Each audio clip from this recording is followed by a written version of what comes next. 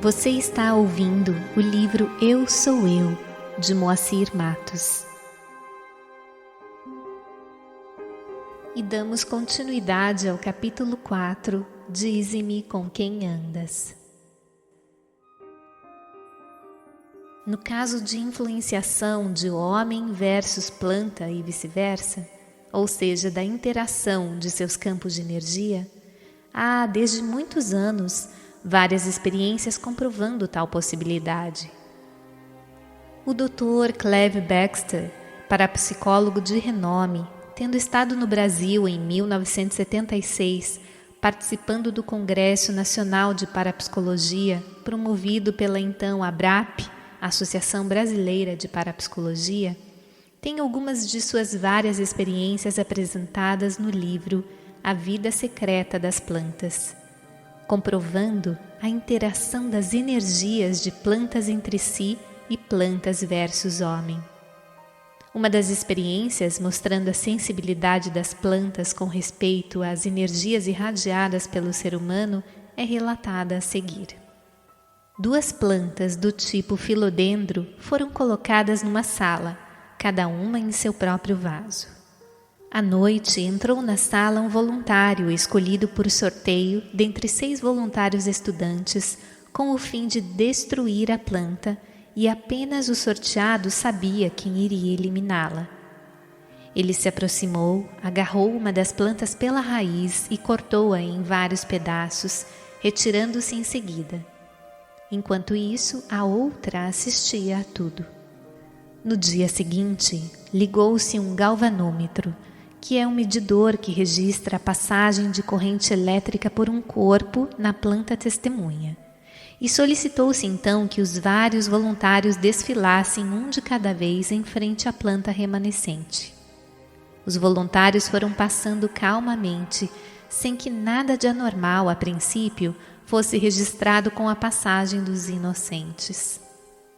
Eis que justamente quando o criminoso, responsável pelo aniquilamento da planta vítima, passava em frente à planta testemunha, o aparelho acusou intensa agitação. A planta havia registrado em sua memória o fato ocorrido com a companheira.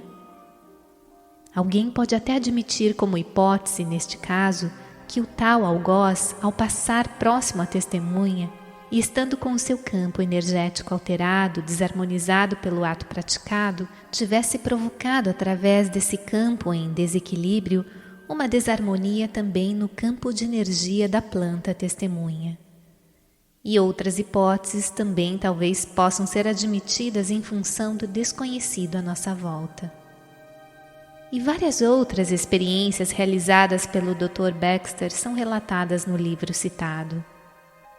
Ainda no campo da eletricidade ou do eletromagnetismo influenciando os vegetais, temos as experiências com os estimuladores de crescimento de plantas, por meio das quais se envolve uma planta ou uma cultura por um campo eletromagnético, o que acelera o desenvolvimento de tais vegetais.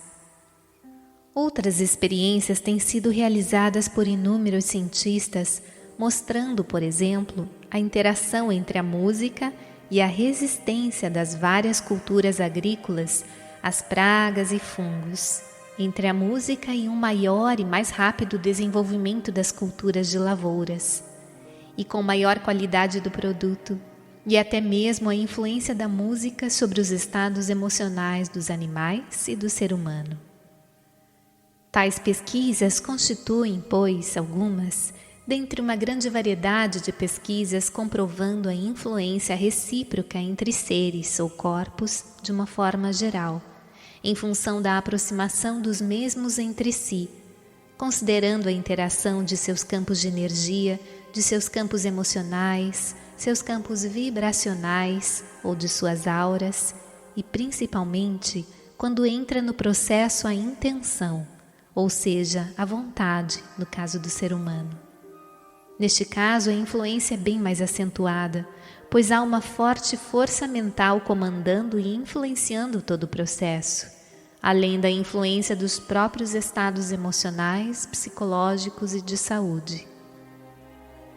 Temos atualmente as experiências feitas com água exposta a músicas harmoniosas ou ruidosas, sem harmonia, ou ainda os experimentos com água colocada em recipientes contendo simplesmente rótulos nomeados com termos como paz, amor, Jesus, Deus, e outros com rótulos utilizando palavras ou expressões não harmoniosas, tais como guerra, ódio, crime, inveja, ciúme.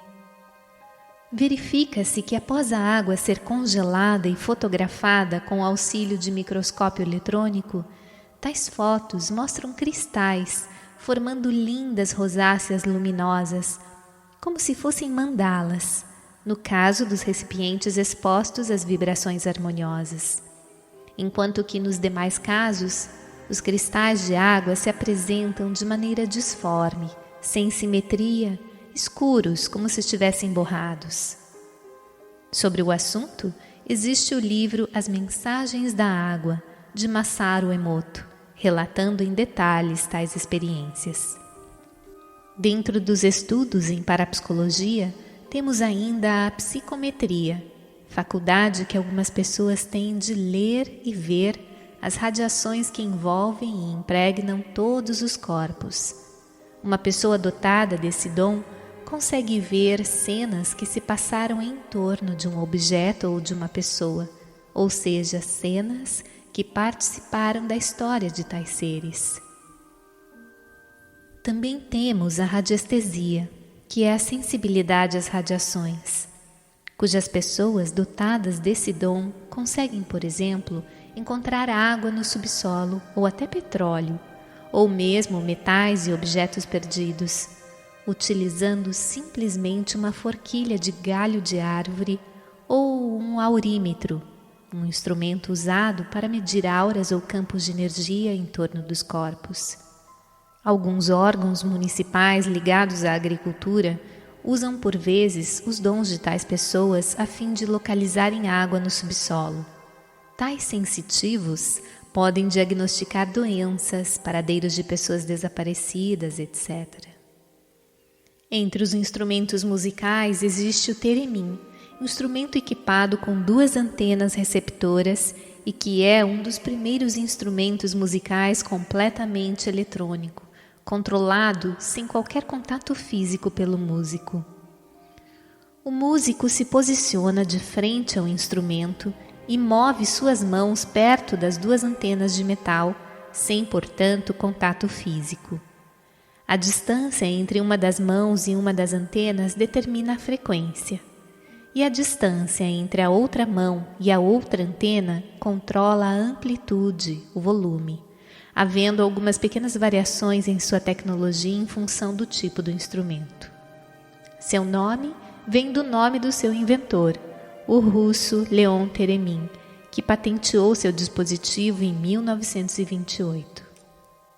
O seu funcionamento se assemelha ao dos sensores de presença, que detectam a energia que se irradia do corpo humano, do músico no caso, e a captação da variação desse tipo de energia é convertida em sons.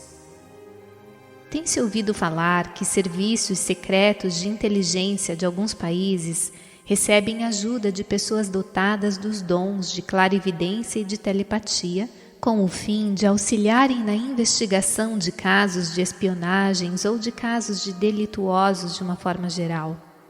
E existem também referências a respeito de experiências realizadas com sensitivos no que diz respeito às viagens espaciais, para fins de utilização da telepatia em comunicações no espaço, em regiões onde há ainda dificuldades de contato via radiotransmissão.